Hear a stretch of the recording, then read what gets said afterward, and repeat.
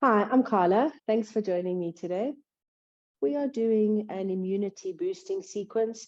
If you do have a compromised or suppressed immune system, these poses are wonderful for you to practice. Try to get to them once a week.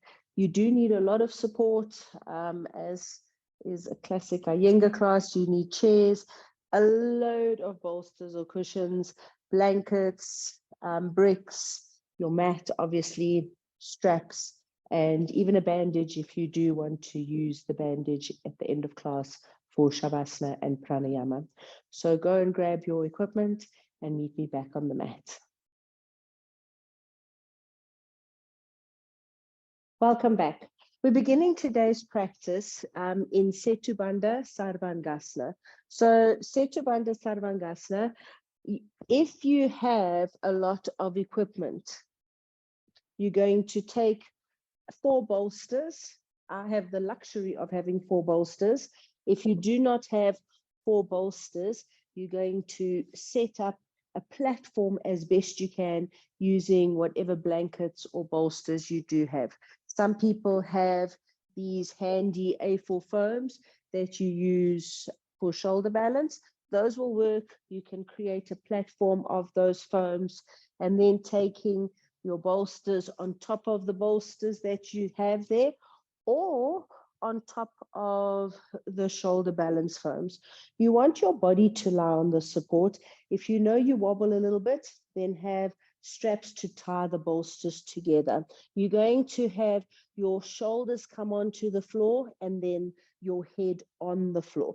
You do not need a blanket for your head, but if the shoulders don't touch down comfortably, you might want to consider a little strip of blanket for the shoulders. So sitting on your support, you're going to use your hands to help you down. Tuck in the tailbone so that the lumbar spine is long, and then pressing into the feet, start to slide back so that the flesh of the back body releases towards the buttocks. You want to spill over the bolster and release your shoulders to the floor, back of the neck nice and long. If your shoulders don't come onto the floor, bend your knees, roll off, grab a blanket.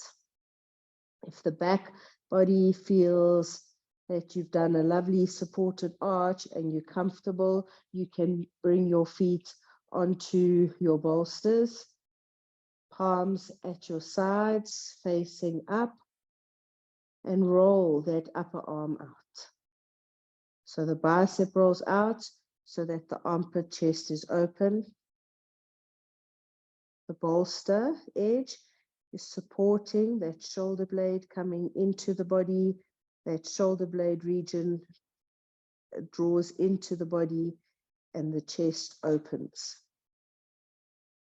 Each exhalation, release the diaphragm, spread it from the center to the sides.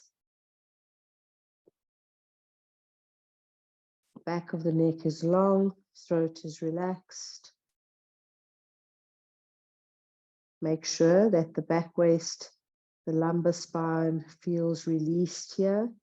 If you need, you can bend your knees, put your feet on the floor and do a pelvic tilt again to get that length in the lumbar spine. And if that doesn't release it, if you have back issues, then bend your knees and keep your feet on the floor, keep the knees bent. Breathe into that chest opening. Each exhalation, relax the legs, relax the arms. Each exhalation, release the skin of the face. The jaws are not clenched. Just come to your breath. Inhaling into the chest, lovely openness.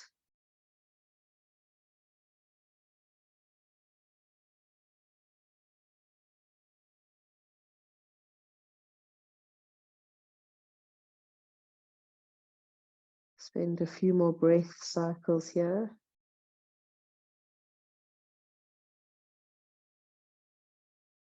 Feel how that chest is well opened.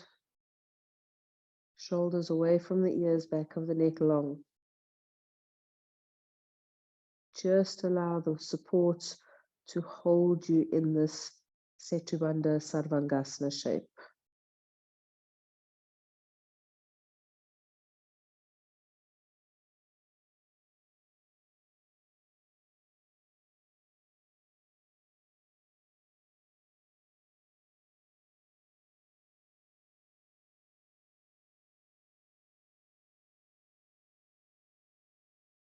And then steadying the back on the bolsters. Bend your knees so that the feet are on the floor. And then gently roll onto your side. Let the shoulder and the hip rest on the same level. And then using the opposite hand, press into the floor and up you come. So we are still keeping the bolsters, yeah? You won't need all of them, but we're coming to a pose called Supta Baddha Konasana. Now, Baddha Konasana is the cobbler's pose. It is seated with the feet together and the knees apart. You'll use your strap for Baddha Konasana, and a classic yoga strap has a buckle so that you can make a circle and that circle holds its shape. So we're going to use a nice big circle. So have a buckle strap.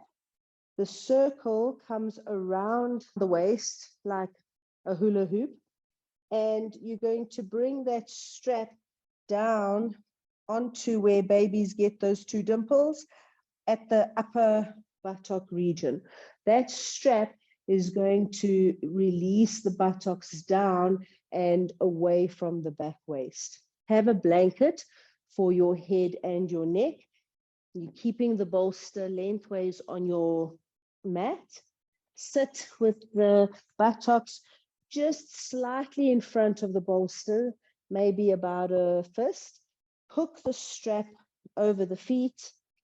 Hook the strap down so that it's at the top of the buttocks. You can use your hands and do a little bit of a pelvic tilt. So try to have the tail end of the strap facing you so you can easily adjust your loop, and also the buckle not on your fleshy bits. You can bring the feet closer by adjusting that strap, adjust the buttocks and the strap at the upper buttock. Make sure the bolster is centered.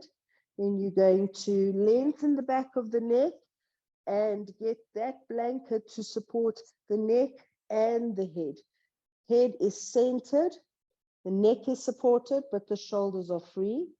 Not only is the bolster helping you to keep that lift and openness in the chest, but also as the arms release out to the sides and as you rest your forearms on the floor, you get a lovely spread across from the breastbone across the collarbones, and that front shoulder slowly with each exhalation begins to release down towards the floor.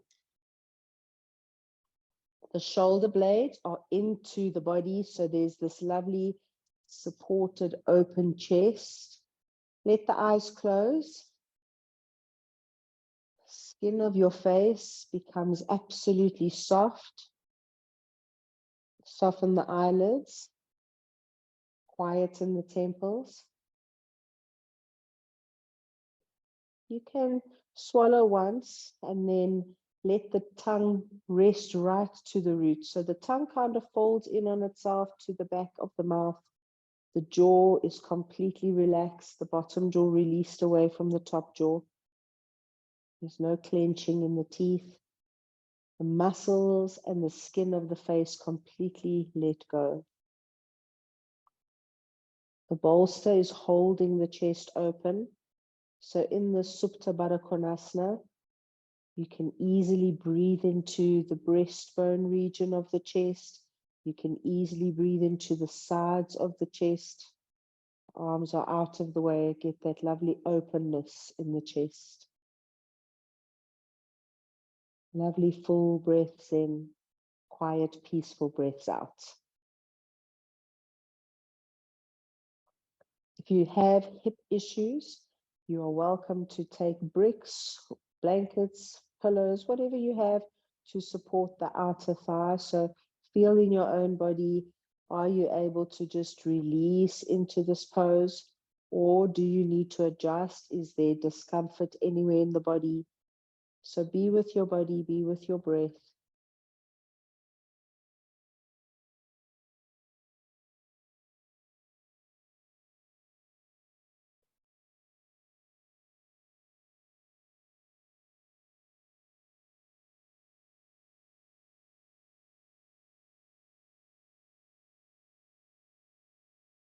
This pose, Supta Baddha Konasana, is a really beneficial pose.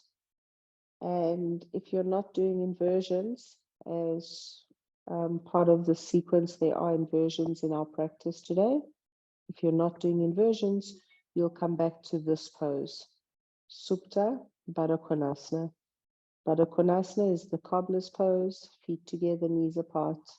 Supta means lying down or sleeping. So remember this pose, remember these supports. Let the eyes gently open. Come back to your breath. Bringing your knees together, unhook your feet, and you're just going to, again, roll off your bolster onto your side, push yourself to come up to a seated position. Right. We're going to come now to Supta Virasana. Supta Virasana can be challenging for some people, especially if you're unable to get an extension in the front ankle. If you have any knee issues, it can become problematic. If you are uncomfortable in doing Supta Virasana, then repeat Supta Baddha Konasana that we did just now. Otherwise, Supta Virasana, you can take support to sit on, but then you'll need to raise up the support that your back is going to rest on. Virasana, the knees are together, the feet are apart. You sit in between the 2 feet. Supta means lying down or sleeping. So Supta Virasana, taking your fingertips or your hands to support you. Tuck in the tailbone, lie back, make sure the bolster is centered. The head is supported, so is the neck. The shoulders are away from the ears. Just keep releasing the flesh of the back body, shoulder blades, back waist, buttocks down. If this extension on the front ankle is very sharp, you can take blankets to raise yourself up. However, those blankets can interfere with the seat if you are seated. There is an extension in the thigh, in the quadricep region. That's what you're going for in this pose. There is a little bit of discomfort perhaps in your ankles if you're not used to this shape. And if there's pain in the knee, please rather come up and repeat Supta Baddha Konasana. Here in Supta Virasana, again, get that broadness, that openness in the chest. Roll the bicep out, shoulders away from the ears. With the back of the neck long, close the eyes, skin of the face is soft. Relax the shoulders. Relax as much as possible into this pose.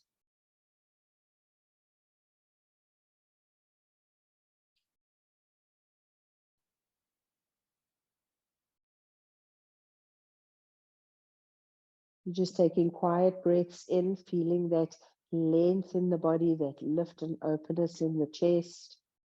And as you exhale, again, feel that release of the shoulder blades down the back. Imagine that breath is spilling down the back, so the shoulder blades release down, the flesh of the buttocks release down to the divider of the knee. Use the exhalations also to quietly settle the thigh down.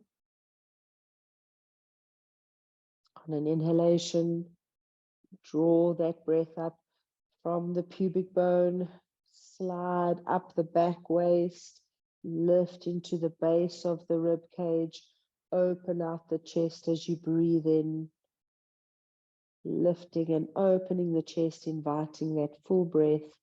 And as you exhale, soft, peaceful exhalation down the back, releasing the flesh of the back body. Exhaling as you release the thighs, pacify the thighs. Again, you're only going to hold Supta Virasana as long as you can. At any point, if discomfort becomes pain, please do come up. When you're ready to come up, you're going to gently allow the eyes to open. Pressing your hands and elbows onto the floor, lift yourself up into Virasana. Come onto all fours and taking one leg back at a time. You don't need to float it, just let the toes rest on the floor. Extend one leg back, extend the other leg back. Just releasing the knees, releasing the ankles. Okay, we're coming now to Adho Mukha Virasana. And in Adho Mukha Virasana, you can take support. So if you're unable to get the buttocks and the heels to connect, take a blanket or a bolster underneath the buttocks, between the buttocks and the heels. If you or you can take a bolster also. If you're unable to get the head down, or if you plan on holding the pose for a little bit longer, then having a blanket to rest the head on is lovely. You're going to extend forward, exhale into the abdomen, keep the buttocks flesh grounded, come forward with the arms, and supporting the head on a blanket, come to Adho Mukha Virasana. In Adho Mukha Virasana, you're keeping the hands the distance that you need for Adho Mukha Svanasana, which is your downward facing dog. Make sure that the throat is soft, back of the neck is long.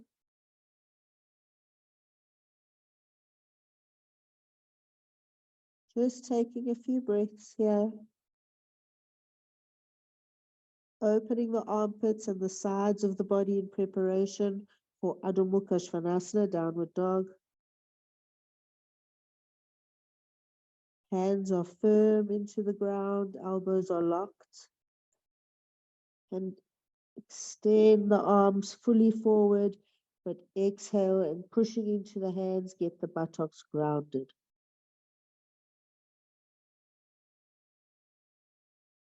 Don't change the distance between the hands and the knees. Come onto all fours. Turn the toes under, taking the feet hip distance apart. And you're coming now to Adho Mukha Svanasana. So Adho Mukha Svanasana can be done free like this. As we are working for the immune system, we are going to also do it on height. So you're going to walk your feet towards your hands towards your feet, and come to Ardha Uttanasana. Ardha Uttanasana is half Uttanasana, the half forward fold. The hands are under the shoulders in Ardha. The legs are perpendicular to the floor.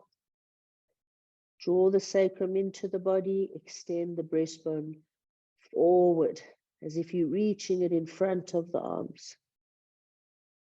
In this halfway position, if you're unable to get the hands to the floor, you can use a set of bricks or take the hands to the shins and extend the breastbone forward. We're only coming to Ardha Uttanasana for now. So legs strong, come up to Tadasana. In Tadasana, just stand tall for a moment, finding your breath. We're going to repeat Adho Mukha Svanasana. In Adho Mukha Svanasana, raising up the arms means that you get your weight towards your heels that much easier. So taking a set of bricks shoulder distance apart against the wall so that they're not going to slip. You're going to place the palm rim on the edge of the brick, right? You're not climbing the hand on the brick. The palm rim is on the edge of the brick. So I have a little bit of a grip. And then the next brick will be in an upright position. So you may need more height or not. So this is the medium height. And we're coming to Adho Mukha Svanasana. Placing your hands, walk the feet back a good distance for Adho Mukha Svanasana. Taking the hands and the feet aligned. And as you exhale, you're going to see, can you slowly begin to open the armpits? Can you slowly begin to move the weight back towards the feet? Are you able to get the head to rest on the brick? So initially the head might not go, or you might have too much support. So see, can the pose evolve? Are you able to get more openness in the armpit, more release in the neck? Or do you need to come and take more support? Adho Mukha Svanasana, the legs are strong, arms are strong, armpits and the side of the chest is well opened.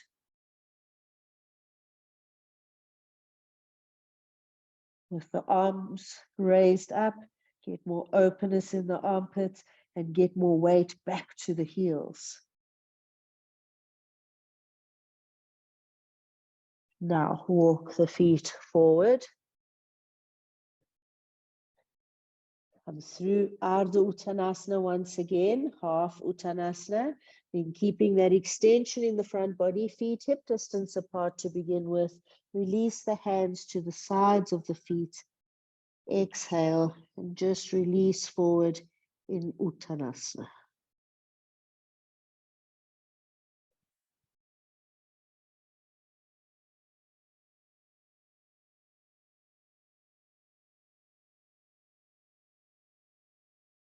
Legs are strong in Uttanasana. Spine is long in Uttanasana.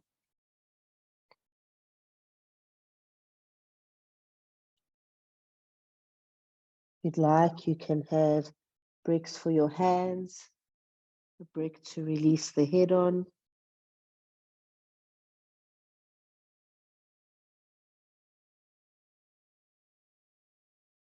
Come to the halfway and lift to Tadasana. Turn on your mat and take the feet wide for Prasarita Padottanasana. Again, you can have a brick for your head. You're going to come first to the halfway. Strong, the spine extended. Extend the front body and release the head to your support. Elbows, tuck them in. Shoulders away from the ears. So come now to Prasarita Padottanasana. I'll show a side view. Prasarita Padottanasana, you don't want to round the back. You want to find extension in the front body, strength and support in the legs. Exhale and descend the body between the legs. Release the crown towards the floor. Legs stay strong. Prasarita Padottanasana is a wonderful pose as preparation for Shirshasana. Shirshasana is the head balance.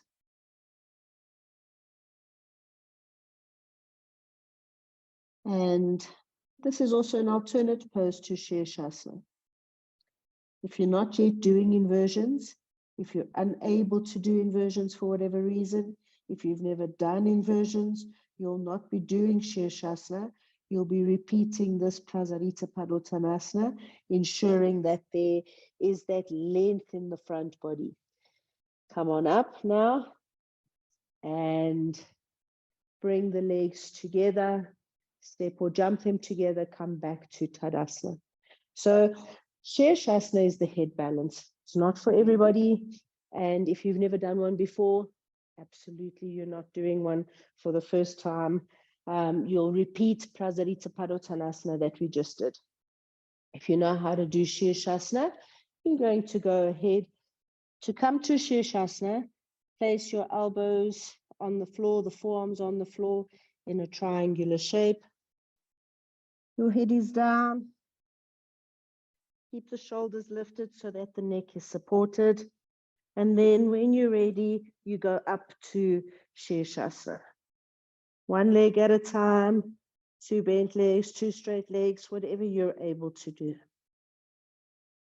In Shirshasana, you keep the forearms pressing into the floor. chest and armpits open. So the upper arm has to lift away from the forearm.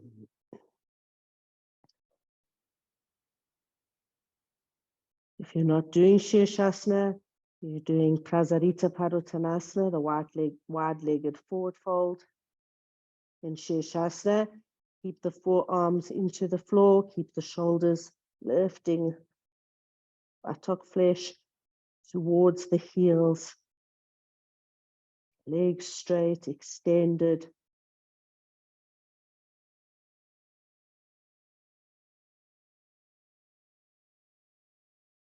Gita says, don't allow the buttocks to become a burden on the spine. Extend the spine, extend the sides of the body. Just doing a straight up Shirshasana. Wonderful pose for the lymphatic system. Therefore also very beneficial for the endocrine and the immune system.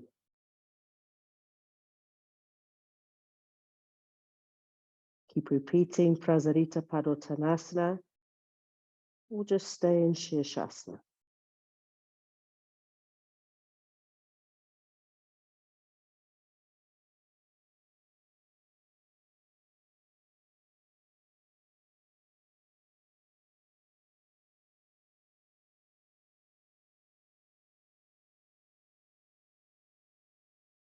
You can build Shirshasana to 3 to 5 to 10 minutes.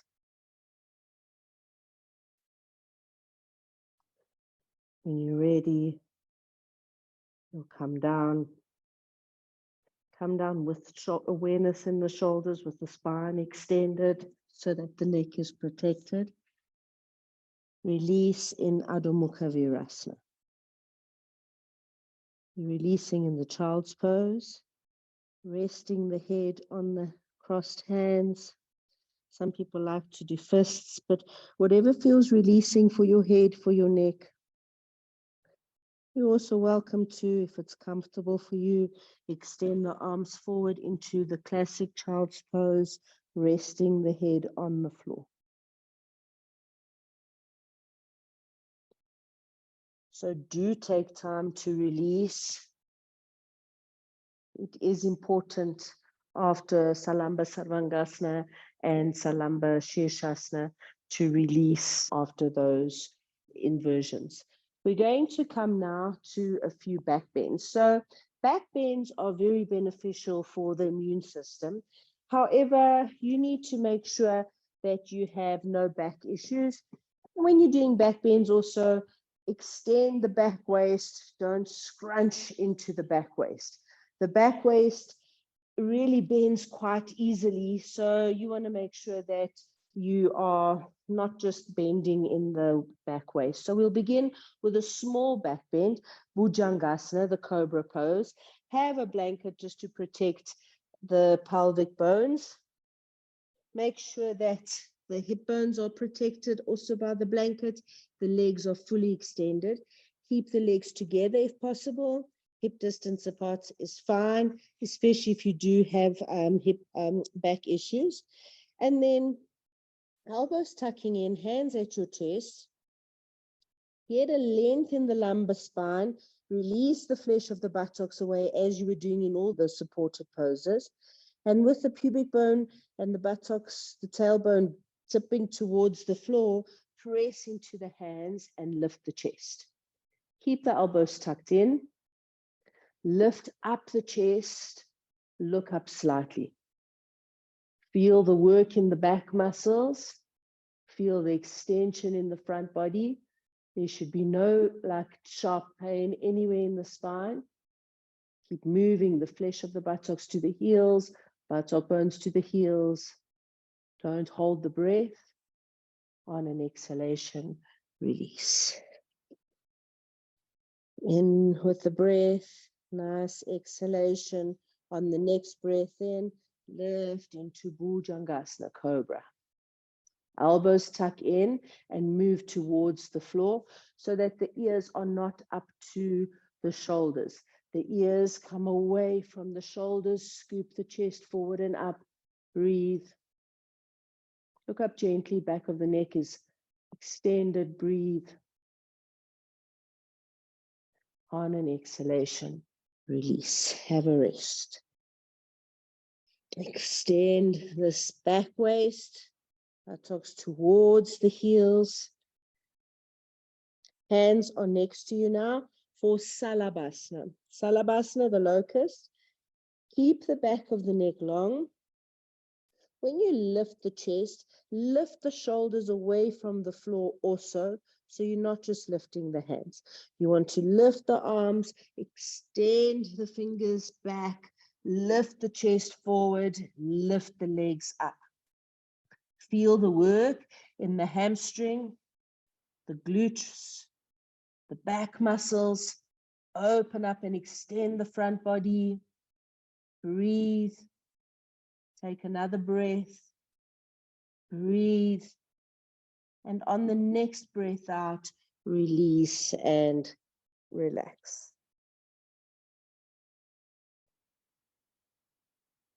We'll repeat Salabhasana. Inhale. As you exhale, you push up off the floor. As you inhale, you lift and open the chest. Reach the arms behind you. Palms face each other, elbows are locked, shoulder blades are into the body. Reach the legs back. Straight arms, straight legs. Exhale, work the hamstrings, the glutes, the back muscles. On an exhalation, release, rest, and come down. Exhale, bend the knees, grab hold of the outer ankle. You're holding with your fingers and your thumb wrapped around the front of the ankle. If you cannot hold your feet, use your strap around the front ankle.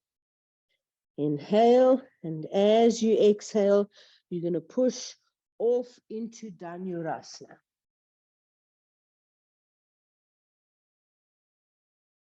Be with your breath.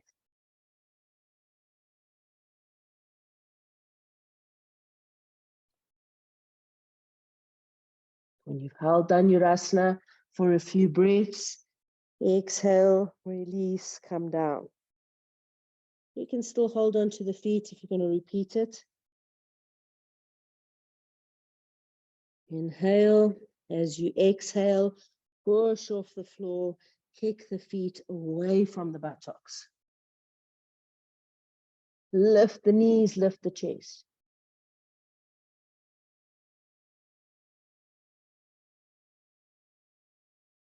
On an exhalation, release, let go of your feet.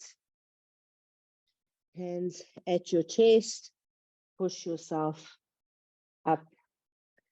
We're coming now to Matsyasana, but it is Matsyasana with the legs straight, right?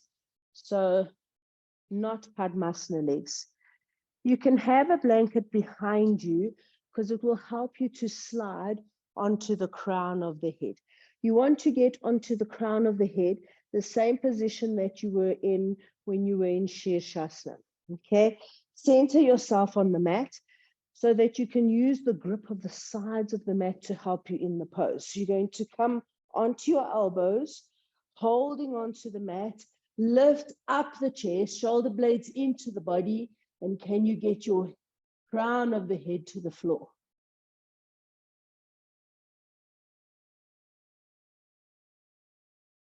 Lift the chest. Use the grip of the mat. Keep the neck free. Be on the crown of the head. Shoulder blades into the body.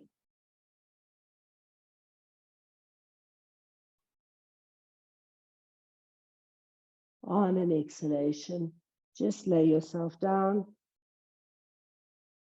Have a rest. When you are ready to come up out of Matsyasana, you're going to bend your knees, roll onto your side, and come up. So we're coming now to Viparita Dandasana. Viparita Dandasana shape is very similar to what you just did in Matsyasana, where you're trying to come down onto the crown of the head. So we use these fold-out chairs where the back has been removed. You're going to have to measure yourself up. So you can use a second chair here. I'm using a stool. I'm going to place my shoulder edge on the edge of the seat. My body is going to slide through. My legs are going to be on top of that bench. You can fold up a mat in half and in half again, or if you know you're not going to slip, you can put a blanket so that there's a little bit of softness. Now the floor is going to be far away, so you want to have a bolster there, probably a second bolster or a few blankets. You'll see how it goes. You need to measure up. If my shoulders are here, where is my butt going to be? Is there enough length for my legs? So make sure you've got space to extend the legs. Remove all your clips or hair elastics. Take your legs through the chair. You're going to come through the chair with the buttocks. Keep the feet on the floor for now. Lengthen the spine on the seat of the chair. The front seat of the chair supports the shoulder blades. You take the head back so that you're going to rest the crown of the head.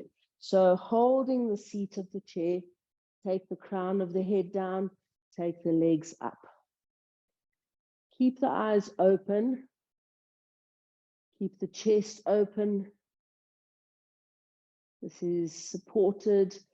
We don't often get a good back bend in the upper back, so nice supported upper back bend. Keep the eyes steady and not darting around.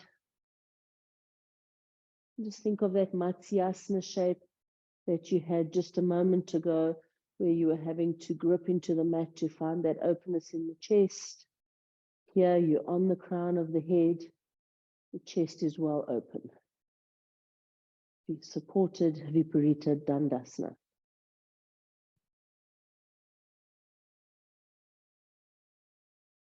This pose can make you feel a little bit lightheaded. If you ate before the practice, which you really shouldn't, that can also make you feel a little bit nauseous. So be in this pose. Enjoy holding this pose without actually having to hold it. But if you're feeling any adverse effects, just come up. You come up by putting your feet on the floor, holding onto the chair, and sliding your buttocks back to the front seat. If you can hold it for a few more breaths, keep breathing into that openness of the chest.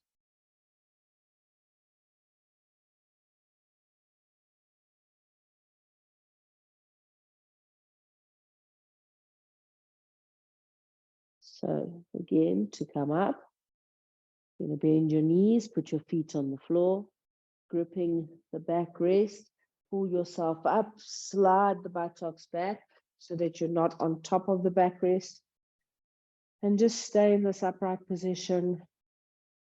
Feel the back come to its original extended shape.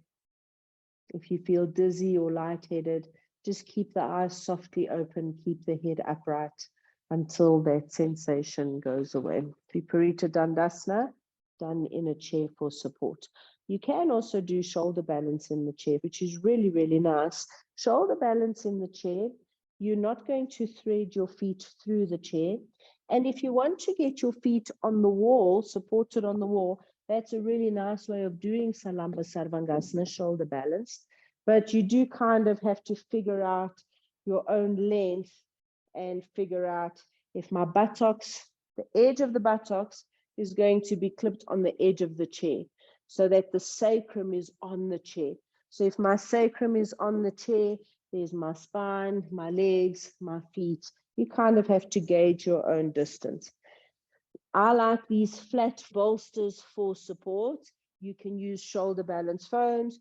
You can use stacks of blankets. You can use cushions as long as they're firm.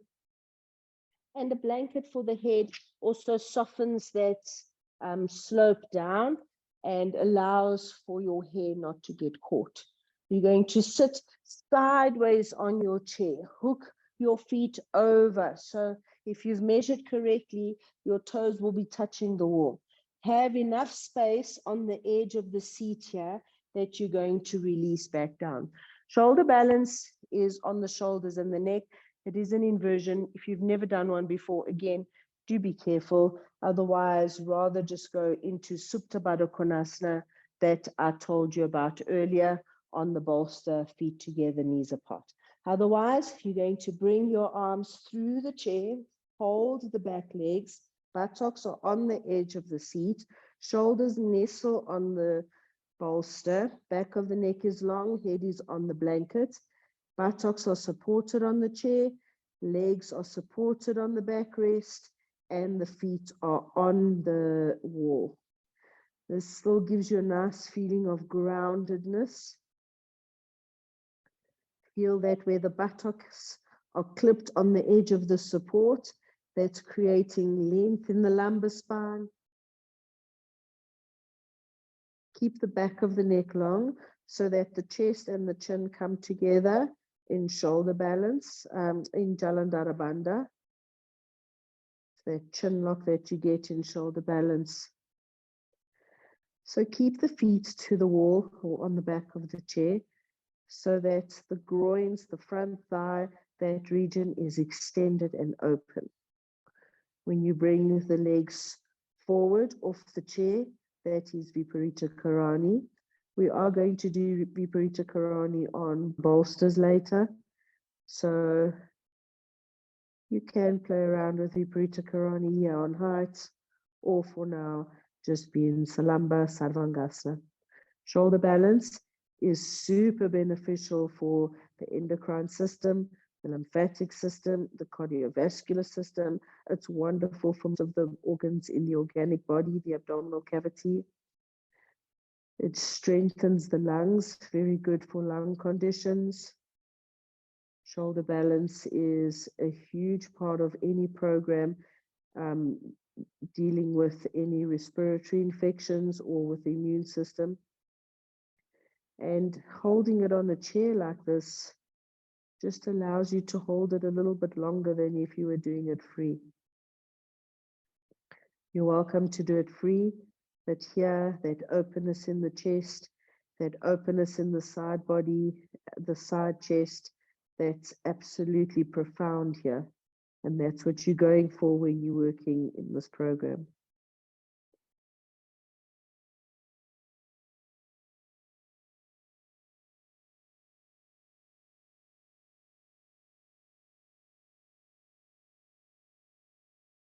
You want to build your hold in shoulder balance to at least 3 minutes, extending to 5 minutes, holding up to 10 minutes or more.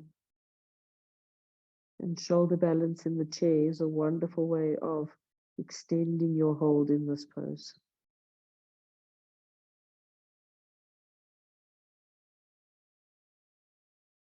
If at any point you feel that you've had enough, you can't hold it any longer, at any point you feel any discomfort, then please absolutely come out of it. You release your hands, you kick off the chair, you slide off onto your bolster with the buttocks to the bolster. If you can hold it for a little bit longer, you do.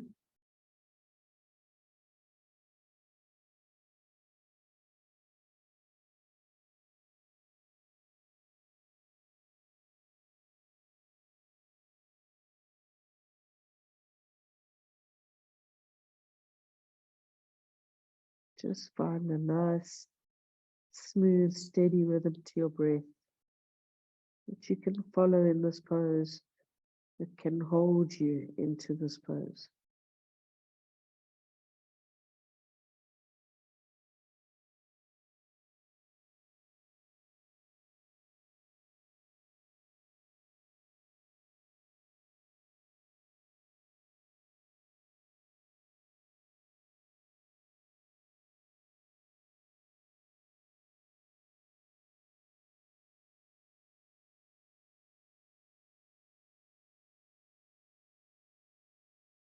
You're ready to come out.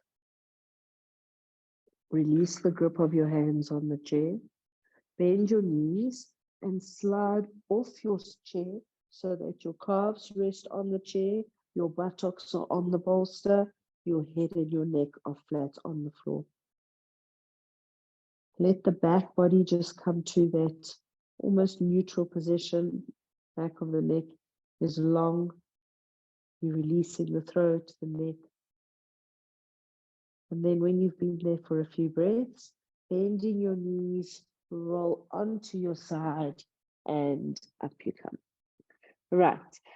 We're going to come now to Halasana. So keep your shoulder balance support. And Halasana is when you bring the feet over the head. So for a lot of people, bringing the feet over the head onto the floor is not an easy action. So we use these Halasana benches. You can also use a chair. If the chair has no back like this one, you can thread your feet through. It sometimes can be tricky, but see what bench you've got available to you that you can use for Halasana.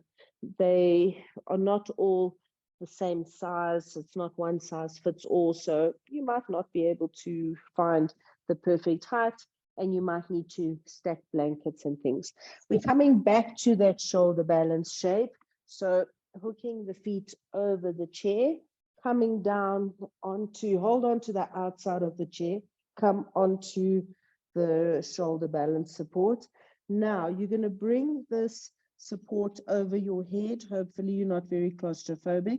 The arms can eventually rest at your sides, hands by your ears, elbows bent in this cactus shape. For now, holding the chair, get the buttocks off the chair and bring your thighs onto the support. Hold the support now and really walk your thigh onto the support. You've got a strong Jalandhara Bandha action. Bring the hands at your sides.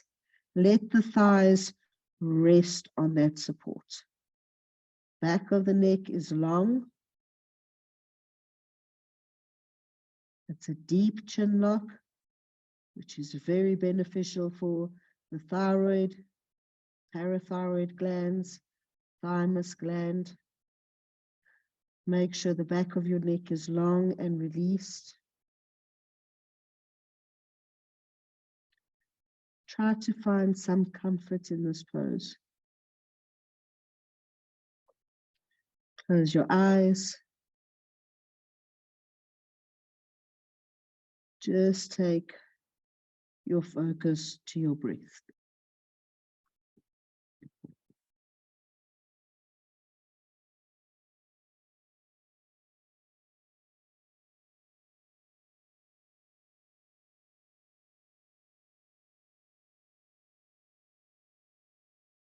Supported Halasana.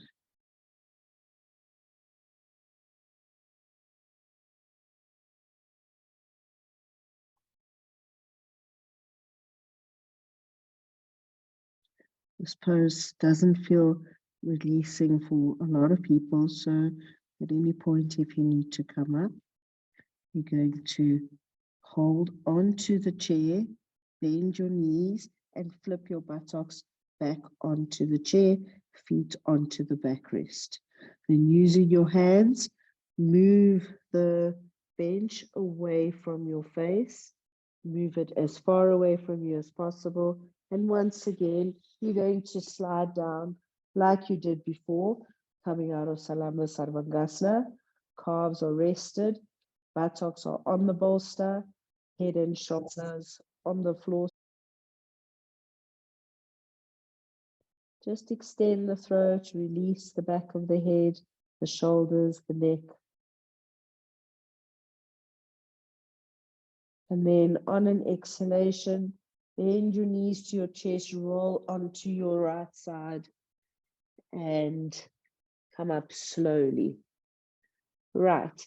Paschimottanasana is really lovely done on support. You already have your bolster and your chair right here. So you're going to sit on the bolster facing the chair. If this is a very big height for you, and if you get any discomfort at the back of the knee, then You can take a small little roll to place behind the knee so that it's touching. The feet are either on the back of the chair or through, depending on your flexibility. You might need to bring the chair closer to you to rest, or if you're able to extend forward, cross the arms on the chair, rest your forehead on the seat of the chair. You want the forehead resting flat and the skin of the forehead moving from the hairline to the eyebrow line, making the eyelids heavy. Just release here in a nice supported Paschimottanasana.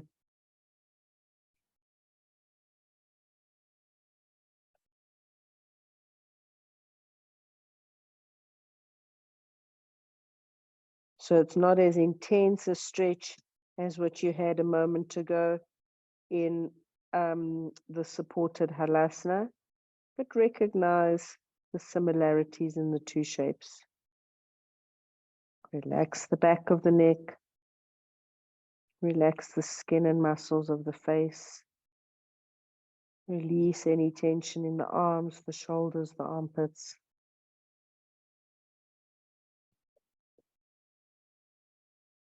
Just a nice quietening pose. Then up you come, pressing into the chair. Lift yourself up, and you can remove these supports out of the way. So you can repeat Setubandha Sarvangasana. Setubandha Sarvangasana is the pose we did at the beginning of class with the 4 bolsters, where you lay lengthways on those bolsters. However, you can also move on to Viparita Karani. Viparita Karani, the legs are up the wall. The bolster is supporting you from the edge of your shoulder blades towards the buttocks. So depending on the length of your spine, I take a brick at the wall and then my bolster. These bolsters are pretty flat, so taking a blanket on the bolster just gives it a little bit extra height. You can either forward roll into the bolster. You have to figure out, I want my legs up the wall, my buttocks to the wall. If that's my buttocks, that's my back, my shoulders, my head is going to be around here.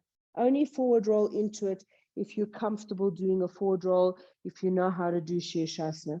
From the pressure on the forehead, on the back, on the crown of the head, like Shirshasana, you want to roll onto the back of the head.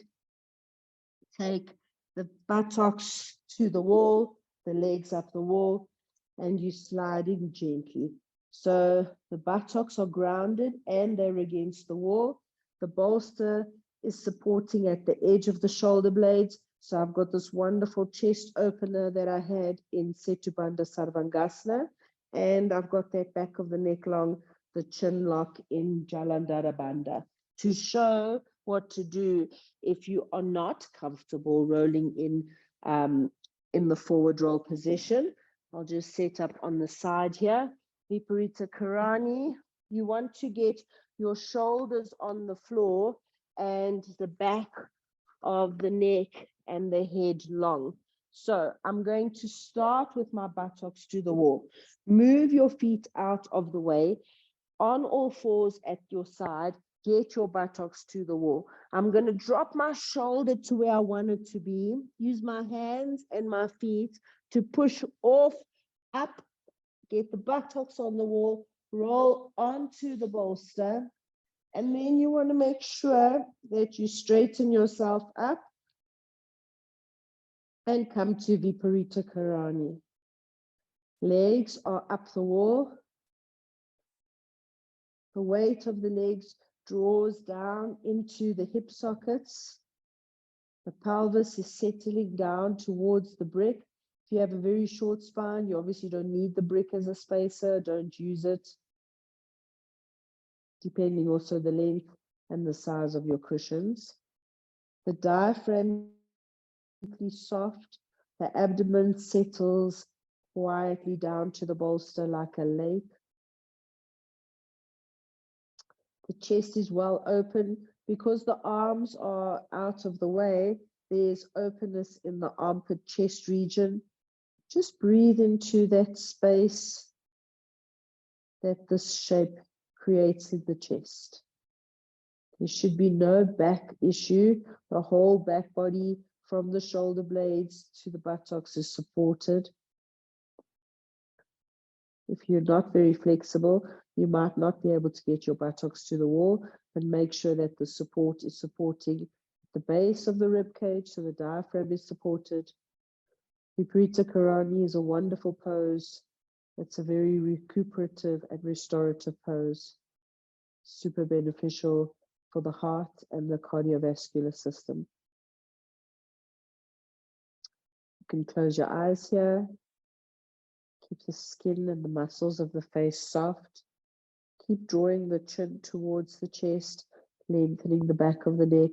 So as the shoulders release to the floor more and more, keep that back of the neck long.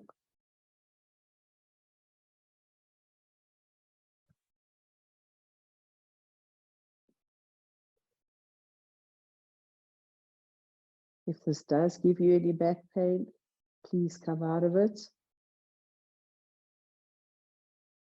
If you're able to hold a few minutes longer, just completely let go. Any tension in your body, just let the breaths flow easily in and out.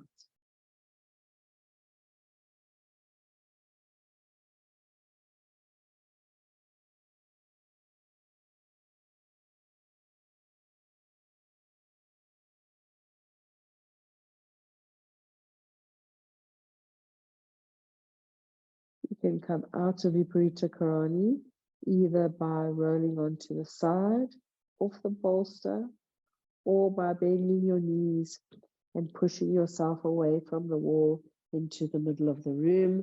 Either way, come to a place where your shoulder and your hip are on the same level. Have a breath or two there, and then up you come. We're going to finish off in supported Shavasana. And supported Shavasana means having a bolster to support your spine. So like what we did in Supta Baddha Konasana and those poses. But it does also mean that your head is supported on a blanket. This particular supported Shavasana that we are doing is with a strap or bandage around the head. So have a bolster lengthways on your mat. Have a blanket to support the head and the neck. I have a bandage here. You don't need the bandage, but it is prescribed, so we will do it with the bandage. Make sure that your legs can extend and they're not going to be touching anything. Your feet are not going to touch anything. Be centered in the middle of your mat and centered, the bolster centered along your spine, the blanket ready. The bandage comes around the back, center back head and around the eyebrow region. Don't have it too hard. It's just to apply a light pressure, and it's also just to close off light. Once you've got the bandage, you're going to bend your knees, support with your hands on the floor next to your hips. Tuck the tailbone under so that the back waist is long and the flesh of the buttocks is towards the feet. Lay yourself centered on the bolster. Bring the blanket to support the head of the neck. So stretch the back of the neck. Make sure you're centered on the bolster.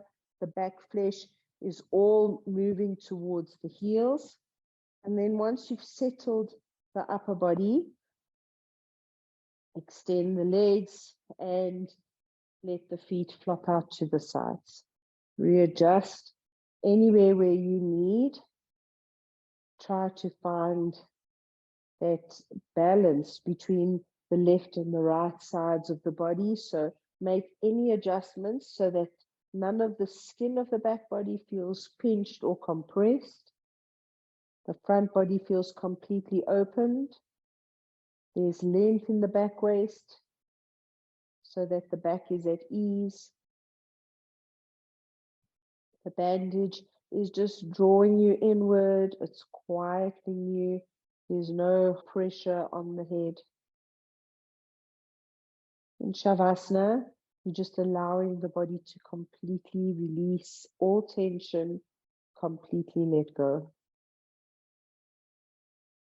We're coming to Ujjayi Pranayama 1, which is the warrior breathing. Here, the chest is well open like a warrior. Ujjayi Pranayama 1 is done lying down. And you just feeling your breath. Follow the flow of your breath. A cycle is an inhalation, a pause, an exhalation, and a pause. Follow that breath.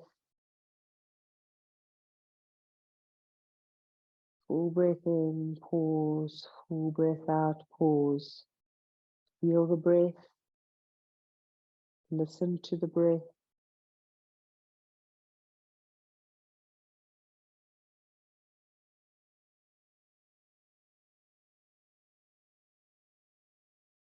Ujjayi Pranayama 1 is just observing your breath.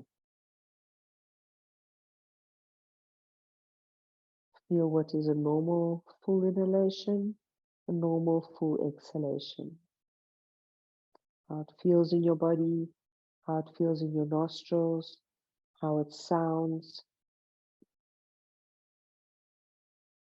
Keep the rest of the body completely at ease.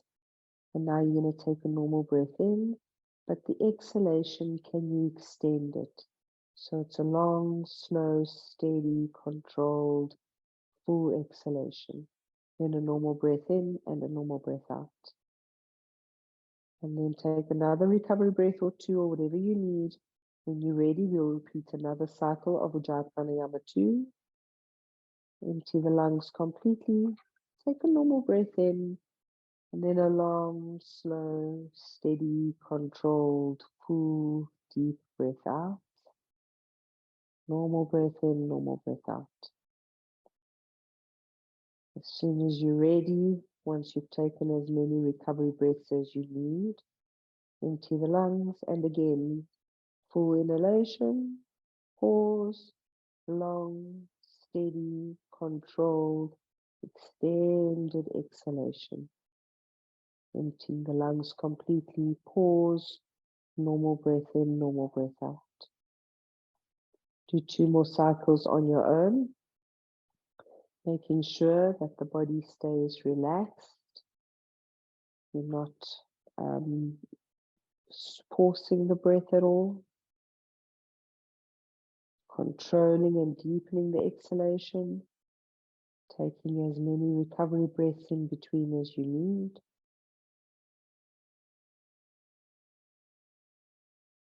Normal inhalation, pause as the breath turns around. Extended exhalation is Ujjayi Pranayama 2. When you finished those 2 cycles on your own, come back to normal breaths. We'll come now to Ujjayi Pranayama 3, which is extending the inhalation. So just take normal inhalations and exhalations for now. To begin the cycle, empty the lungs completely, and then a long, steady, controlled, full inhalation, filling the lungs to your capacity. Pause, normal exhalation, pause. Take a recovery breath in and out, as many recovery breaths as is necessary. Again, when you're ready for the next cycle of Ujjayi Pranayama 3, empty the lungs completely. Take a slow, smooth, extended, full, deep inhalation to your capacity. Pause as the breath turns around. Normal exhalation. Pause at the end of that cycle. Normal breath in, normal breath out. Just take a few recovery breaths here. Again, emptying the lungs. Take a full, smooth, deep, controlled inhalation, filling to your capacity, no strain or stress. Exhale normally, normal breath in and out. Take as many recovery breaths as you need, and then complete 2 more cycles of Ujjayi Pranayama 3 on your own, with these controlled full inhalations, normal exhalations, recovery breaths in between. The inhalations, when you fill to your capacity, don't strain. There should be no sort of hardening of the nervous system. Try to keep completely relaxed and released. Finish the second cycle of Ujjayi Pranayama 3 and come back to normal breathing. Normal breaths in and out. Ujjayi Pranayama 4 is also done lying down, and it is a combination of 2 and 3. So it's deep, full inhalations, deep, full exhalation. Minding that you are kind to your nervous system, not working past your capacity. So when you are ready, empty the lungs completely, and then take a smooth, slow, steady, controlled, full, deep inhalation. Pause, and a controlled, steady, smooth, long, extended exhalation, and a pause. Normal breath in and out. Take another recovery breath if you need before the next cycle of Ujjayi Pranayama 4. Empty the lungs completely to begin, and then a slow, steady, controlled, full, deep inhalation, working to your capacity but not straining. Pause, and then a long, slow, controlled, extended, deep exhalation.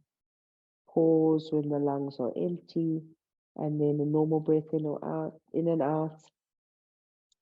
Take a few more recovery breaths, whatever you need. And then again, the next cycle of Ujjayi Pranayama 4.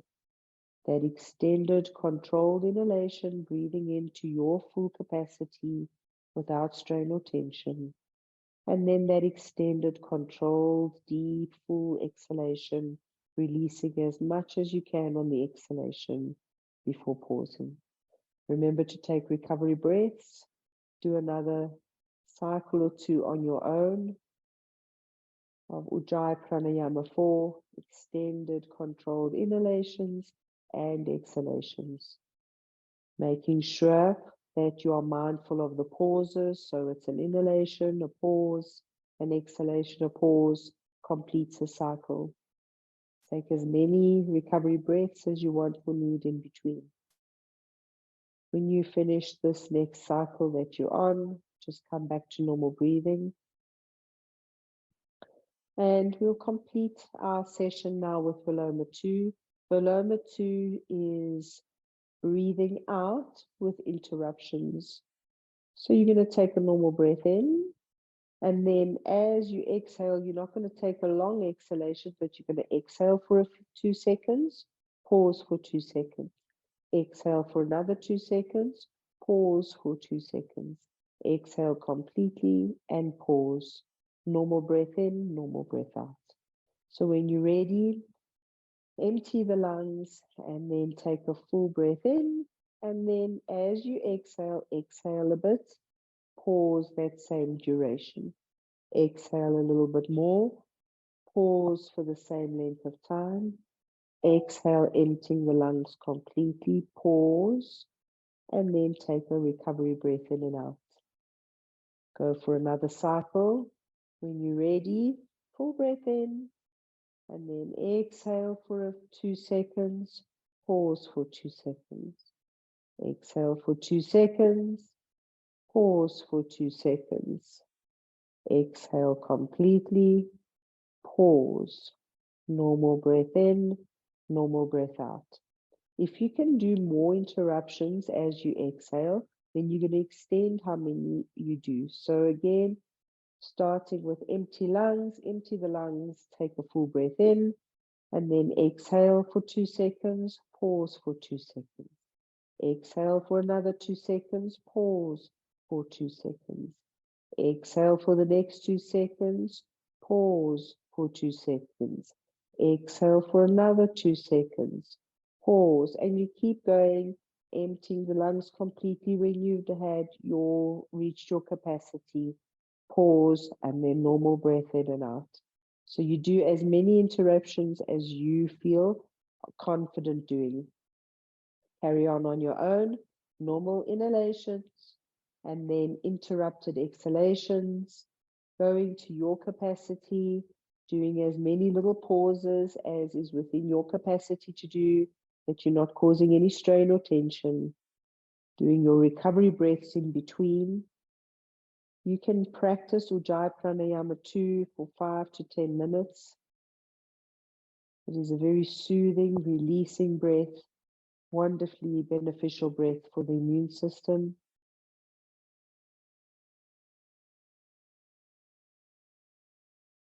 Remembering to take recovery breaths in between, keeping the skin and the muscles of the face and the body completely relaxed.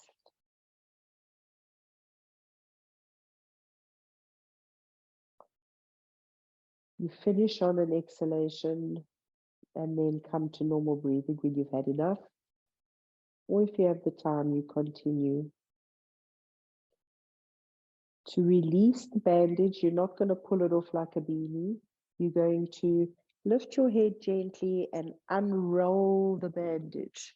Untuck it, unroll it, so you gently ease the pressure off the head without lifting to the crown of the head.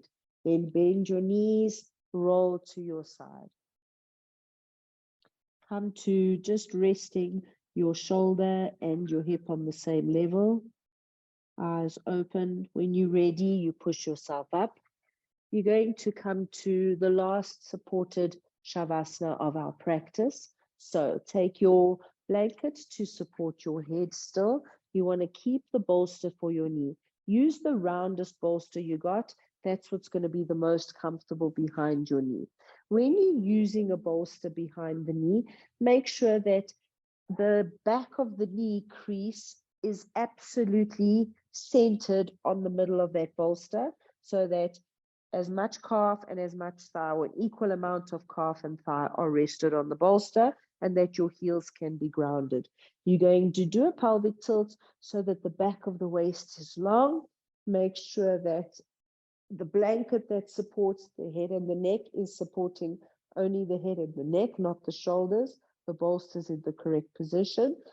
Shoulder blades and the flesh of the trapezius are away from the neck. Buttock flesh is towards the back waist. Turn the palms to face up. Roll the bicep from inside to outside. Rest the arms, rest the back of the head, rest the heels. Completely let go of the torso. Relax your shoulders to the tips of the fingers. Relax from the hips to the toes. Relax from the crown of the head, through the chest, the abdomen, the pelvic region. Just let go. Soft, peaceful inhalations and exhalations. Almost imperceptible breaths, like when you are sound asleep. If you struggle to keep the eyes closed, you can use an eye bag or a folded strap. Each exhalation, just release any tension in the body. Completely let go.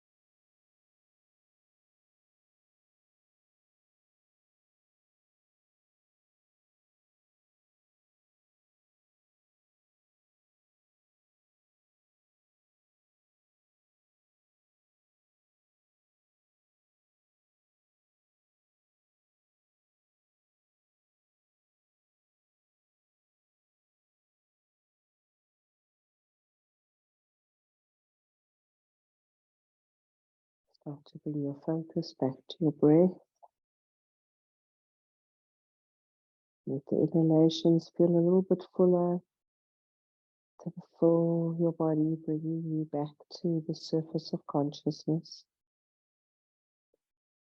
Bring your hands to rest anywhere on your abdomen where it feels comfortable for you. Bending your knees. Again, roll onto your right side. Let your head be cradled in your arm, left side of the body, holding you in this quiet Shavasana state until you feel ready for the eyes to open. Then you're going to press your left hand into the floor. Come into any seated position that's comfortable for you. Close the eyes, extend the spine, lift the chest. Bring the hands into the prayer position. Take a moment here to give thanks for the health and strength of your body. On the next breath in, let the eyes flutter open and focus. Namaste. Thank you for joining me. See you next time.